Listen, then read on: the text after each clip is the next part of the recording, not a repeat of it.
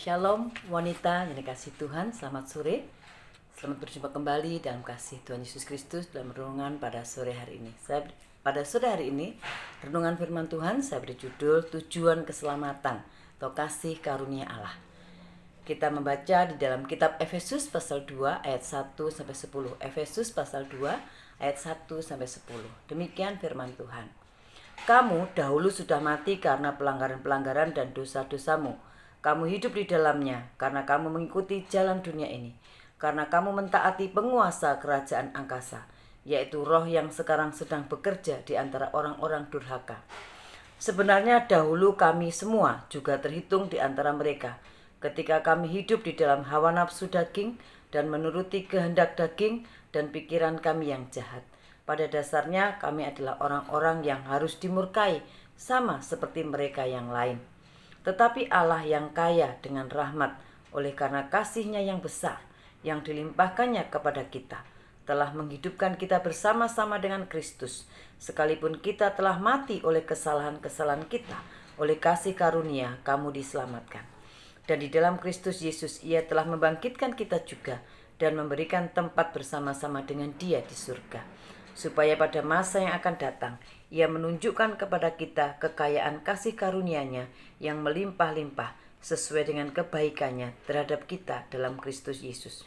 Sebab karena kasih karunia kamu diselamatkan oleh iman. Itu bukan hasil usahamu, tetapi pemberian Allah. Itu bukan hasil pekerjaanmu. Jangan ada orang yang memegahkan diri. Karena kita ini buatan Allah, diciptakan dalam Kristus Yesus untuk melakukan pekerjaan baik yang dipersiapkan Allah sebelumnya. Ia mau supaya kita hidup di dalamnya. Amin. Wanita dikasihi Tuhan, kita melihat bahwa Rasul Paulus menjelaskan kepada kita bahwa yang pertama, kita adalah orang yang berdosa. Kita adalah orang yang punya masa lalu yang tidak baik.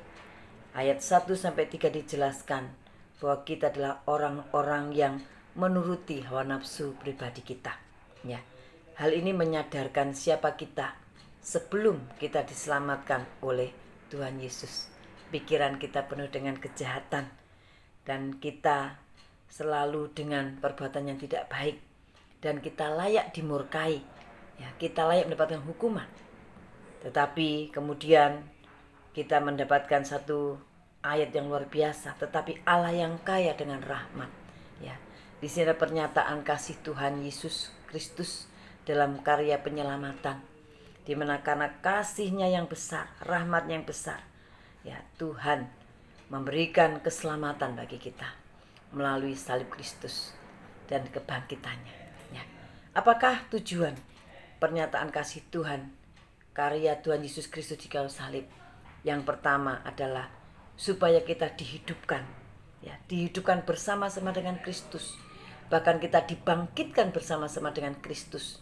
Di saat kita mati, Tuhan menghidupkan kita karena kita telah ditebus, kita telah diampuni dosa kita. Yang kedua, memberi tempat di surga bagi kita.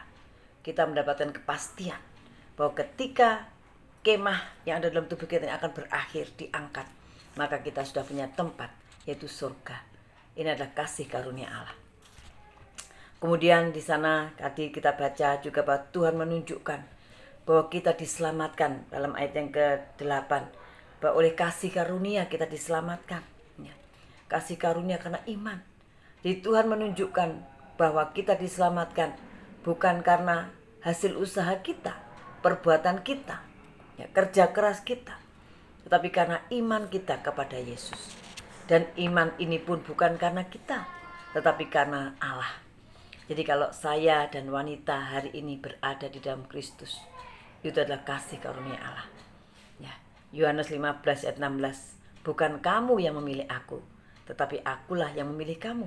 Dan aku telah menetapkan kamu, supaya kamu pergi dan menghasilkan buah, dan buahmu itu tetap, supaya apa yang kamu minta kepada Bapa dalam namaku, diberikannya kepadamu. Jadi kita diselamatkan bukan karena usaha kita, tapi karena kasih karunia Allah, karena iman kita kepada Tuhan. Ya, iman yang dianugerahkan Tuhan dalam hidup kita.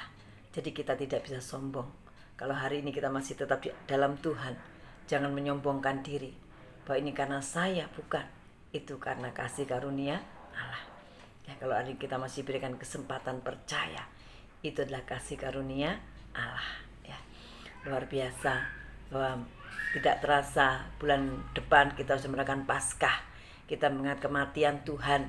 Ya, tidak hanya mati, tapi Dia bangkit untuk kita.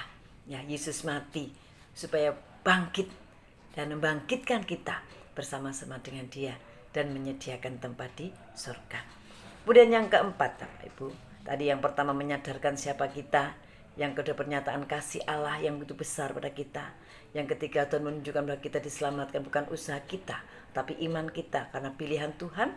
Yang keempat adalah memberi dorongan kepada kita untuk berbuat baik, melakukan pekerjaan yang baik, karena kita adalah ciptaan Allah di dalam Kristus. Ayat yang ke-10, karena kita ini buatan Allah, diciptakan dalam Kristus Yesus untuk melakukan pekerjaan baik yang dipersiapkan Allah sebelumnya. Ia mau supaya kita hidup di dalamnya.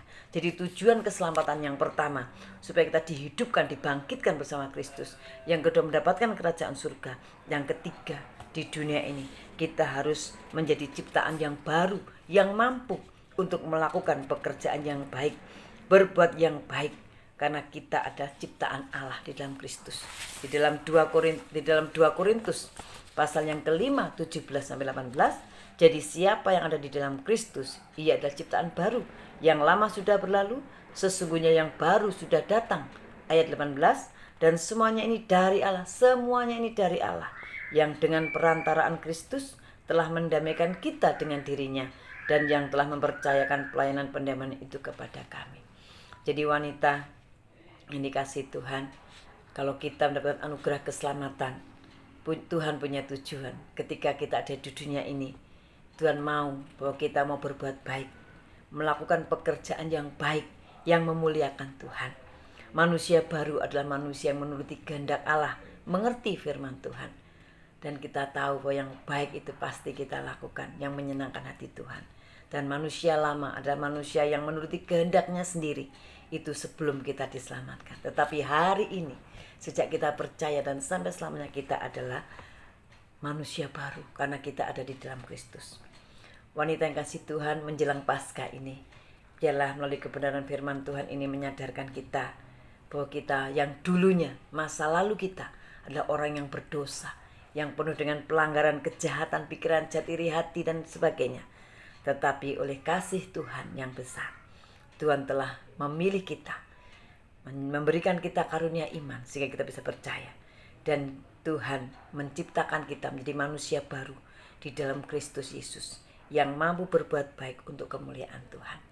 Untuk itu jadilah wanita yang baik untuk semua orang yang di sekitar kita. Jadilah istri yang baik bagi suami kita, dan jadikan ibu yang baik bagi anak-anak kita, dan jadikan pelayan Tuhan yang baik di dalam pekerjaan Tuhan. Mari kita lakukan semuanya penuh dengan kebaikan, karena kasih dan kemurahan Allah dalam hidup kita yang telah menebus kehidupan kita. Selamat menjelang Paskah. Tuhan Yesus memberkati kita semua. Shalom, salam sehat, Tuhan memberkati.